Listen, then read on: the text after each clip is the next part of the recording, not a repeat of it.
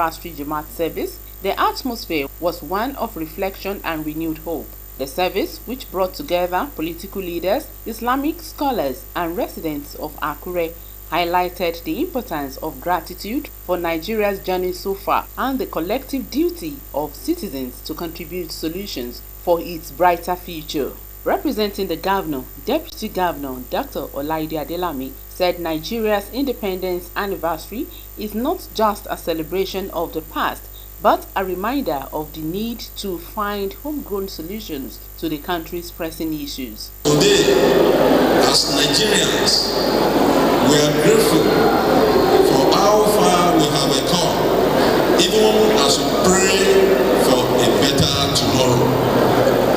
Since our assumption of office in February with our His agenda, Allah has enabled us to embrace commitment to service, fairness, and visible progress in delivering dividends of good governance to the good people of Ondo State. He emphasized that unity, resilience, and a collective sense of responsibility remain vital to moving Nigeria forward. With your support and prayers, we shall build a society of justice, harmony, shared prosperity for all. Chief Imam of Akure, Alhaji Abdulhakim Yahya Korede, urged Nigerians to deepen their faith, embrace peace, and work together in addressing economic, security, and social challenges. He stressed that true independence lies in building a nation where justice, fairness, and prosperity are accessible to all.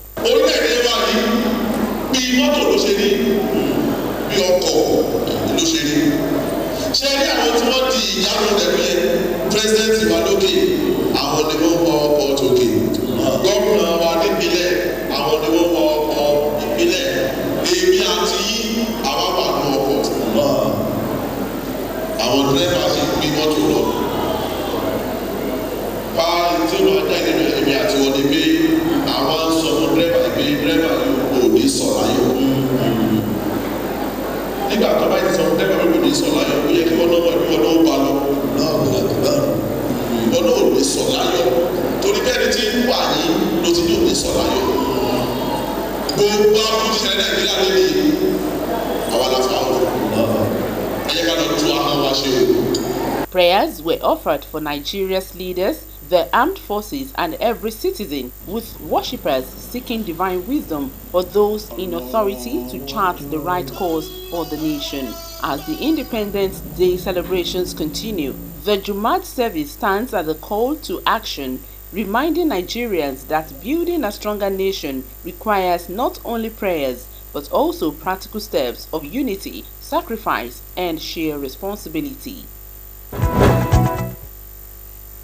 The 2025 Ondo State Environmental Protection Agency Summit, held at the International Culture and Events Center, the Dome in Akure, brought together stakeholders from all sectors of the economy. The summit, themed Harnessing Blue Economy for Sustainable Development in Ondo State, aims to further chart a way to harness the potentials for sustainable growth. The Commissioner for Environment, Top Loco, said the state is blessed with abundant aquatic and marine resources, featuring an approximately 75-kilometer Atlantic coastline and extensive waterways, hence the importance of exploring and discussing the opportunities that natural assets offer. The realization of these opportunities requires more than just a vision. It demands coordinated planning, targeted investments, innovative policy frameworks, effective pollution control, and the sustainable management of our bioresources. Chairman on the occasion and Vice Chancellor Olusegun Agagu, University of Science and Technology, Osrc, Professor Temi Ologun-Orisha, represented by Dr. Cecilia Oluwamudupe, highlights the state's blue economy as a strategic resource. The awareness is just coming up that people or the policymaker should start looking into blue economy. You know, there are so many opportunities that resides in the ocean. It does not become a burden, many years down the line, in which the economic opportunity is taken care of, but this is not sustainable for instance, for the host community and for the future generation. In their goodwill messages, Chairman, Nigerian Environmental Society, Ondo State Chapter, Bola Akinyomi, and State Coordinator, Community Action Against Plastic Waste, Ahmed Tiamiyu, says the industry faces numerous challenges and called for proper management of the blue economy. Minister of Youth Development, Ayodele Olawande, represented by Ms. Leah Akinferin-Soye, opined that the blue economy is a paradigm shift aimed at utilizing vast opportunities of the ocean to create jobs and empower the younger generation. The theme, harnessing the blue economy for sustainable development, resonates deeply with the renewed hope agenda of President Bola Ahmed Tinubu to support, empower, and protect Nigerian youths, and her ministry's mission and core values, most especially the blue and circular economy. Governor Lucky Aiyedatiwa, through the Secretary to the State Government, Dr. Taiwo Fashoranti, stated that the government is making concerted efforts to develop its coastal and maritime resources, aiming to create more than 10,000 jobs for young people. In line with our administration's overall commitment to unlocking the immense potential of the blue economy, being a strategic pillar of our development mantra, our is agenda, we are advancing initiatives that align with global sustainability principles and local economic priorities. Key among these are development of a blue economic master plan to provide a strategic roadmap for investment, innovation, and long-term ecological stewardship. Aiyedatiwa stated that the state is strategically positioned for business and urged investors to seize the opportunity.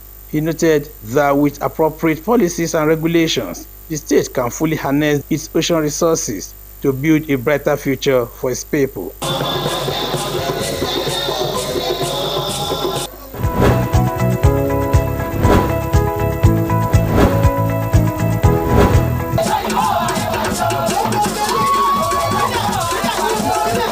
The Akure airport was filled with a diverse crowd, including party loyalists, political allies, senior government officials, as well as youth and women groups who gathered to warmly welcome Ondo State Governor Lucky Aiyedatiwa back to the Sunshine State from the Federal Capital Territory after his Supreme Court election victory.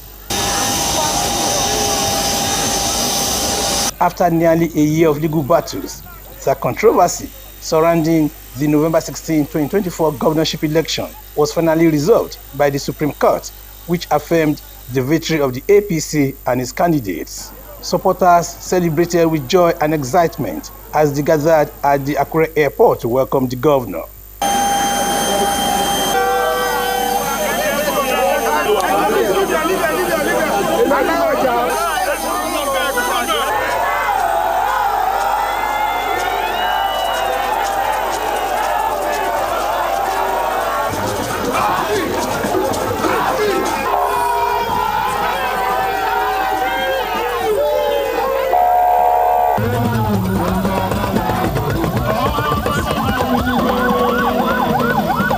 At the MKO Abiola Democracy Park in Akure, members of the APC, supporters and well-wishers gathered to welcome the governor.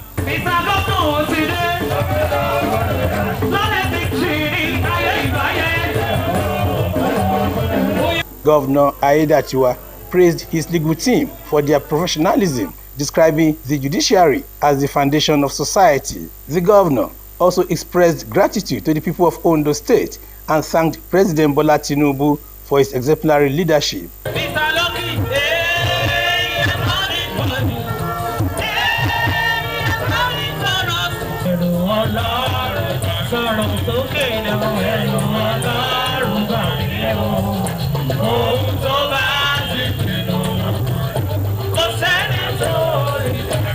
This is your government. This is the government that you chose. Across the entire 18 local government, you all came out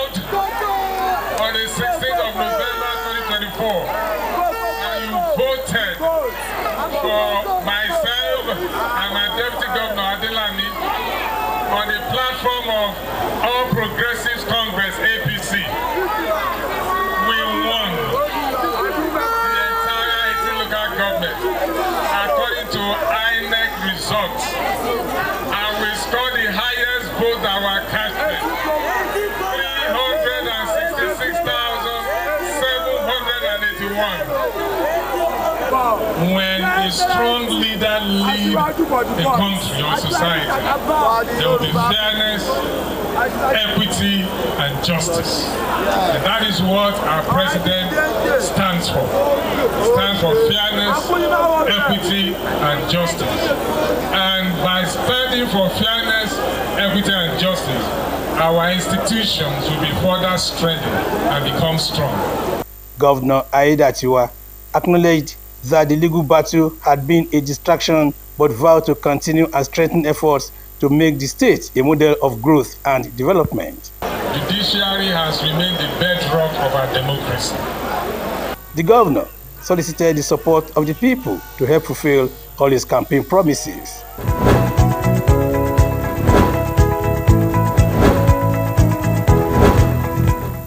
The Cocoa Conference Hall of the Governor's Office in Akure was spotlighted as members of the Institute of Chartered Accountants of Nigeria visited Governor Lucky Aiyedatiwa in a bid to further drive the state's development. President of the body, Haruna Yahaya, commended Governor Aiyedatiwa for his remarkable improvement in fiscal discipline and transparency as the state ranks 8th in ICANN's National Accountability Index for 2023, a leap from his 20th position in 2022. He applauded the governor's focus on infrastructure renewal, economic diversification, healthcare, human capital development, and support for traditional rulers, noting that the policies align with the Institute's motto of accuracy and integrity. The NIS agenda has made significant progress in improving the lives of Ondo residents. We thank you for doing that, and we believe that the states and the residents will key into your administration. Indeed, the results speak for itself, and most importantly, it has shown in our accountability index, ICANN AI, where we did assessment of all the state governments. For 2023, Ondo State has rose by 12 places, from the 20th position in 2022 to 8th position. Governor Aiyedatiwa, who restated his dedication to fiscal prudence, transparency, and accountability in the management of public resources, assured that no stone will be left unturned to promote overall growth and development of the state. The governor, who thanked the professional body for honoring him as fellow of the Institute of Chartered Accountants, recalled his early ambition to become an accountant before veering into teaching and later politics. If you want to run an organization that is efficient, profitable, in terms of having wider access to funds and management of funds, you need the accountants. And that is why, for us in Ondo State, especially when you want to be as transparent as you can be, you want to give accounts of all that you are doing. The account department is very, very important. So your profession is indispensable. Public funds will be managed properly for the betterment of the people. It is not to be wasted, and it is rather to be prudently managed. Aiyedatiwa promised to address issues raised by ICANN, including the documentation of land earlier allocated to the body and the bifurcation of the State Directorate of Finance from research and development. He pledged the state support for ICANN's forthcoming 55th Annual Accountants Conference and its 60th anniversary activities, emphasizing the critical role of accountants in driving efficiency, transparency, and sustainable development.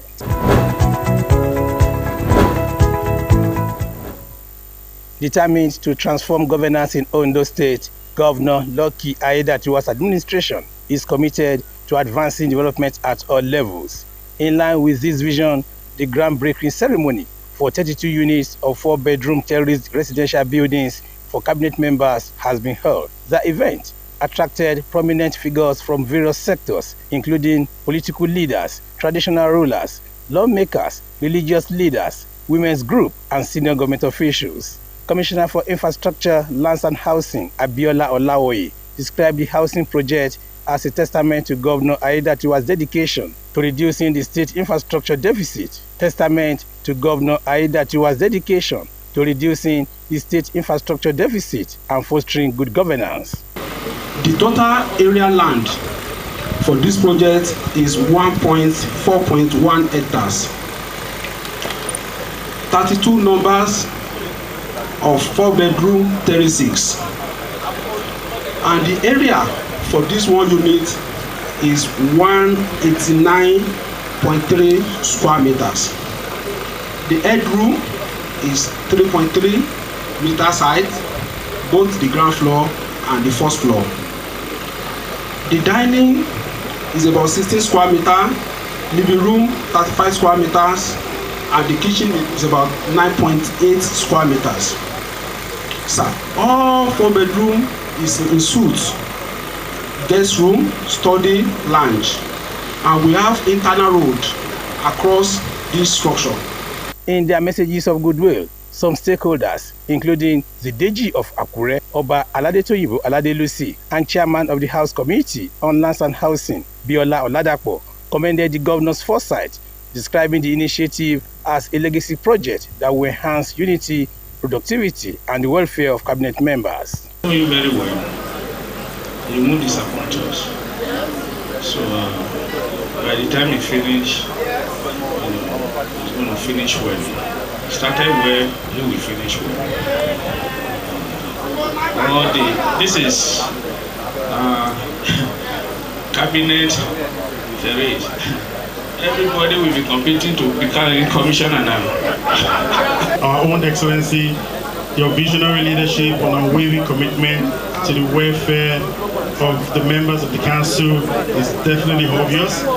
The groundbreaking of this building project for the ESCO members is a testimony to your dedication to fostering unity, productivity, and service delivery to our dear state. Governor Aiyedatiwa stated that the project aligns with his administration's developmental agenda, is highlighting his dedication to enhancing the welfare of key government officials. He explained that the initiative was designed to address the persistent challenge of insufficient government housing for senior state officials.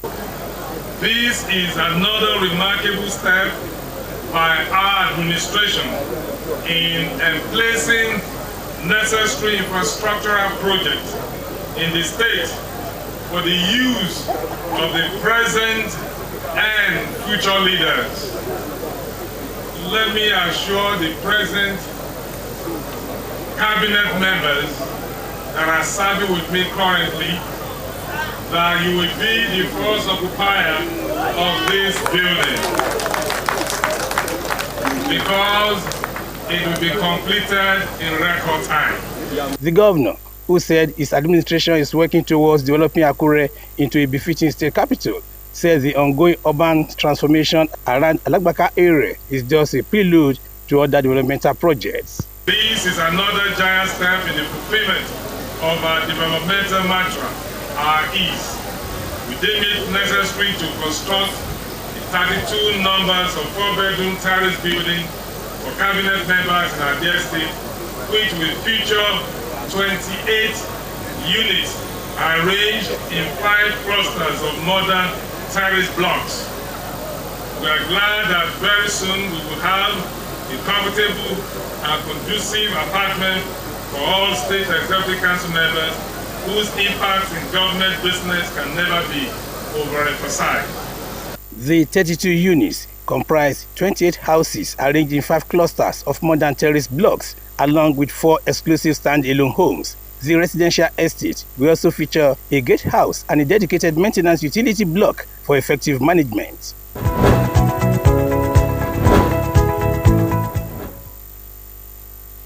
The Sacred Heart Cathedral Church in Akure hosted a gathering of notable figures, including Governor Lucky Aiyedatiwa, religious leaders and well-wishers to celebrate the 15th Episcopal anniversary and 35th priestly ordination anniversary of the Bishop of Ondo Catholic Diocese, Most Reverend Jude Arogundade.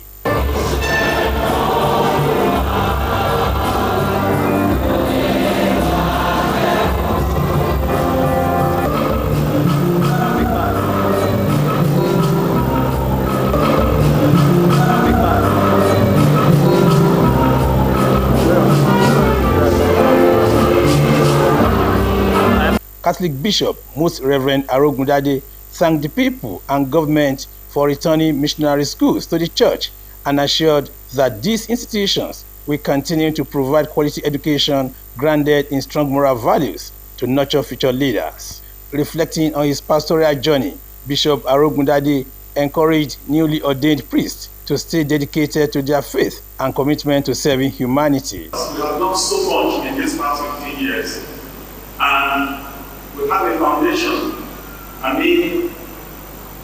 an established system within Ondo Diocese that has kept developing and growing right from the beginning.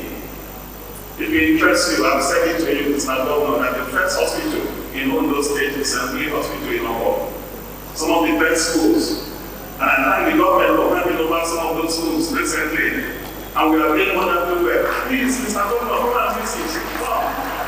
Bishop Arogundade thanked Governor Aiyedatiwa for attending the event and assured continued prayers and support for his administration.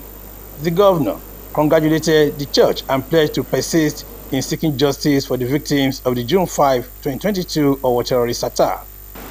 We have not, as a government, left any stone unturned to ensure the protection of the people, the church, especially our pursuit in prosecuting those who committed a terror attack on St. Catholic Church in Owo. And based on security reports, 5 suspects complicit in the crime that have been arrested include Idris Uneza, Basim Idris, Jalil Abdul Halim Idris, and Momo Abubakar. We must commend the efforts made by the various security agencies, including the DSS, police, Nigeria Army, and our own security outfit in investigating the roots of that heinous crime in this humanity. Subsequently, the 5 suspects were arrested by the Directorate of State Service, DSS, where they were habilitating in their various parts of the country.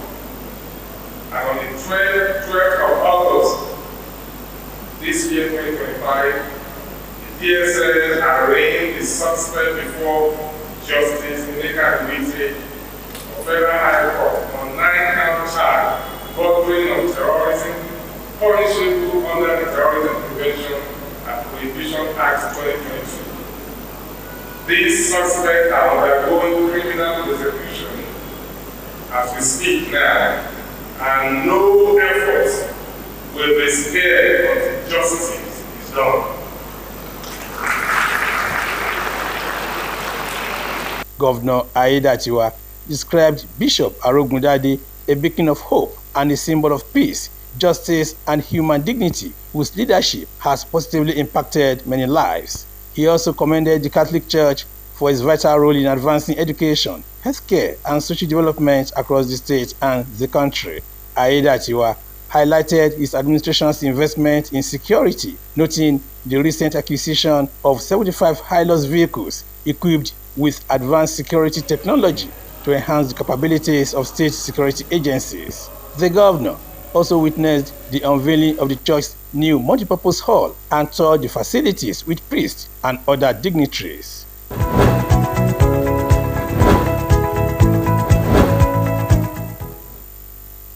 Ondo State Governor Lucky Aiyedatiwa, in company of some members of the State Executive Council, received in audience the Shakin Hausa community, and members of the Miyetti Allah Cattle Breeders Association of Nigeria in the Sunshine State.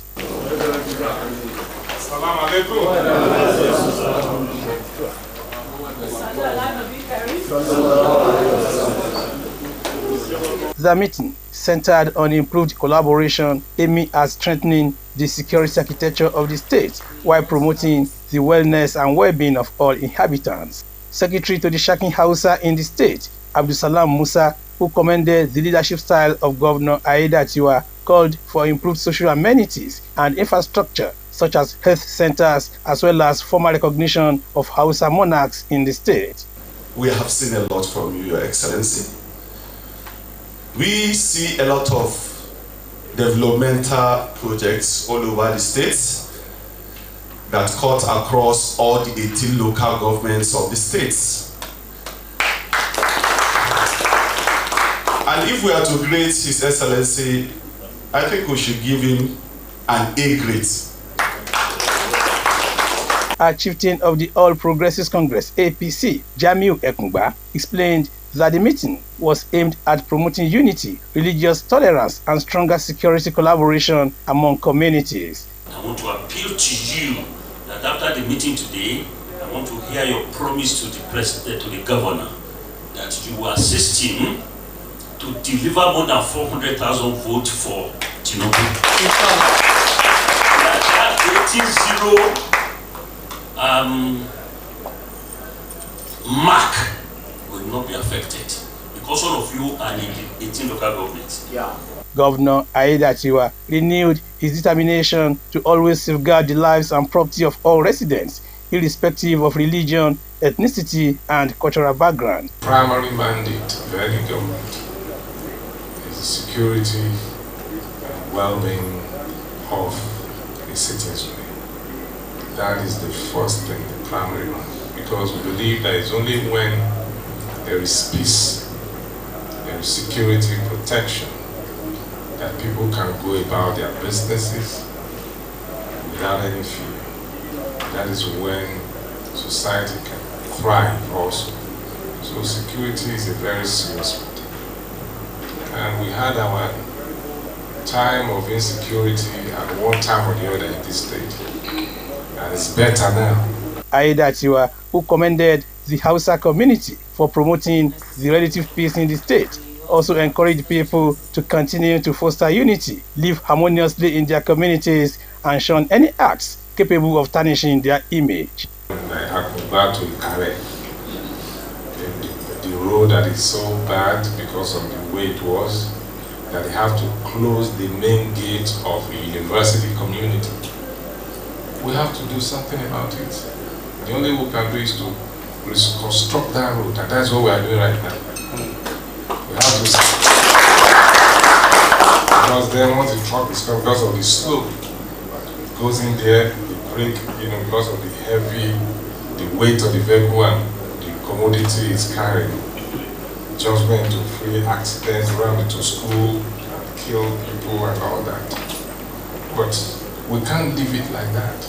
We're bold about it and intentional, so we have to move in. We did a study, we have to dualize it. He emphasized that security is a collective responsibility, while reaffirming his government's resolve to provide adequate protection for everyone across the state.